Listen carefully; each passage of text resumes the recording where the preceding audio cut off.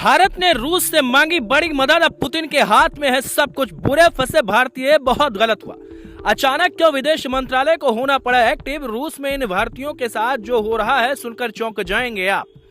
मोदी और पुतिन की दोस्ती अटूट है। भारत ने रूस से तेल खरीदने के लिए अमेरिका तक को साइडलाइन कर दिया, लेकिन अब जो कुछ हुआ है उस पर यकीन करना आपके लिए मुश्किल होगा। अगर आप पुतिन को पसंद करते हैं तो हो सकता है इस रिपोर्ट को देखने के बाद आप कहेंगे पुतिन प्लीज कुछ हेल्प कर दो, क्योंकि वाकई में इस बार बहुत गलत हुआ है। जिसके बाद रूस के राष्ट्रपति पुतिन से भारत ने मदद की गुहार लगाई है। अगर समय रहते हुए पुतिन ने कुछ नहीं किया तो फिर कई लोगों की जिंदगी हमेशा के लिए कैसे बर्बाद हो जाएगी, उसकी कहानी सुनकर आप दंग रह जाएंगे। भारत ने क्या कुछ डिमांड की है, आगे पुतिन को क्या कुछ करना होगा, रूस में कैसे भारतीय फंसे हैं, पूरी कहानी आपको ज्योति विनय कपूर बताएंगे।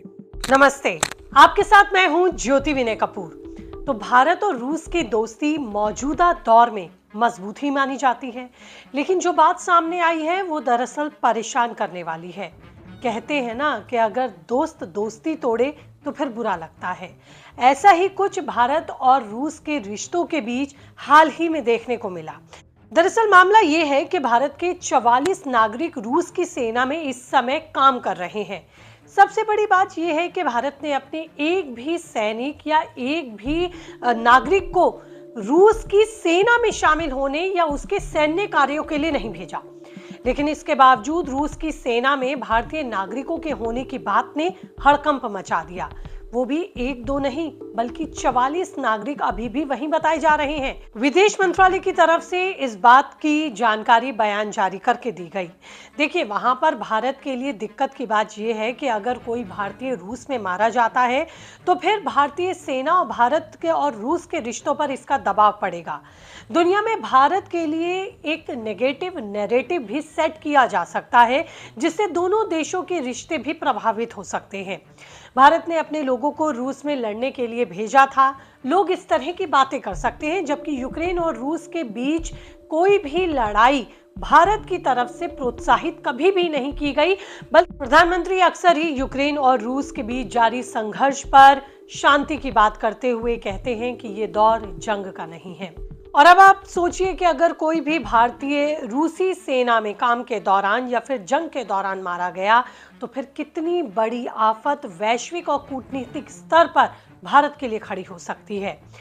ये एक बड़ी वजह है कि भारत चाहता है कि उसके भारतीय लोग जो उसके नागरिक हैं रूस से जल्द बाहर आए, क्योंकि सच्चाई यही है कि भारत ने अपना सिंगल नागरिक भी वहां रूसी सेना में काम करने या रूसी सेना के लिए लड़ाई लड़ने के लिए नहीं भेजा। जाने वाले सभी लोग काम के सिलसिले में ही रूस गए थे, लेकिन फिर भी भारतीय लोगों को रूसी सेना में भर्ती कर लड़वाने में इस्तेमाल किया जा रहा है। वो भी 44 लोगों की ये संख्या बताई जा रही है। पहले भी कई लोग थे, लेकिन पुतिन के प्रशासन से बात करके कई लोगों को भारत वापस बुलाया गया है। मिल रही जानकारी के मुताबिक विदेश मंत्रालय ने बताया है कि भारत के लोगों को किसी भी तरीके से सेना में शामिल ना किया जाए, ऐसी भर्ती तुरंत रद्द कर दी जाए। कुछ दिनों पहले ऐसी खबरें सामने आई थी कि रूस में नौजवानों की कमी है और इसलिए भारत से वहां लोग गए हैं, लेकिन भारत के लिए ये सभी परिस्थितियां चिंताजनक मानी जा रही हैं। लेकिन इस पूरी जानकारी में हैरानी की बात तो ये है कि रूसी सेना में भर्ती किए गए सभी भारतीय लोगों को नौकरी का झांसा देकर धोखे से रूस बुलाया गया।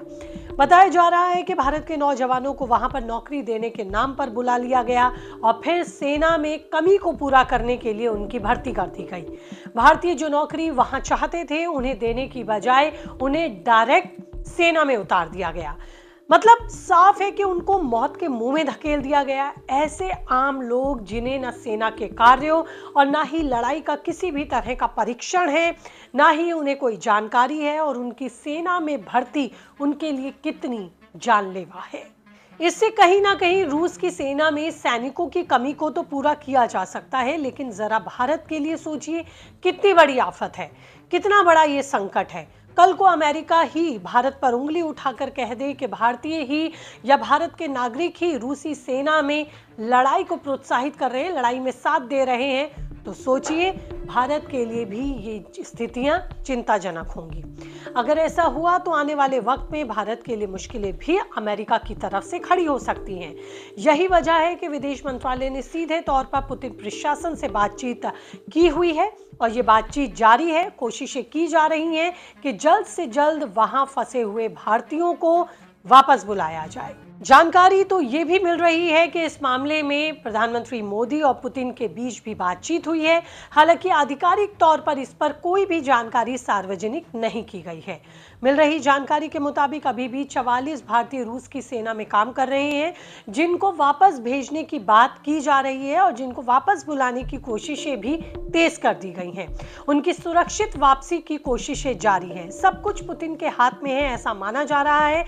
इसलिए पुतिन का हस्तक्षेप इस मामले में जल्द से जल्द 44 लोगों की वतन वापसी भी करा सकता है। भारत और रूस के रिश्ते जग जाहिर हैं। ऐसे में विदेश मंत्रालय की तरफ से जारी कोशिशें जल्द सफल होंगी। उम्मीद की जा रही है कि बाकी लौटे लोगों की तरह ही 44 लोग भी जल्द भारत लौटेंगे।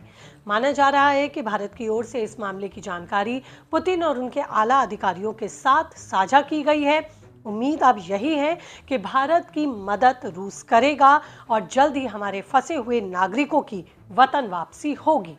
लेकिन इस घटना पर आपका क्या कुछ कहना है? दीजिए अपनी राय, कीजिए कमेंट, रहेगा मुझे इंतजार। और ज्यादा अपडेट के साथ जल्द होंगी आपसे रूबरू। रखिए अपना ख्याल। नमस्ते।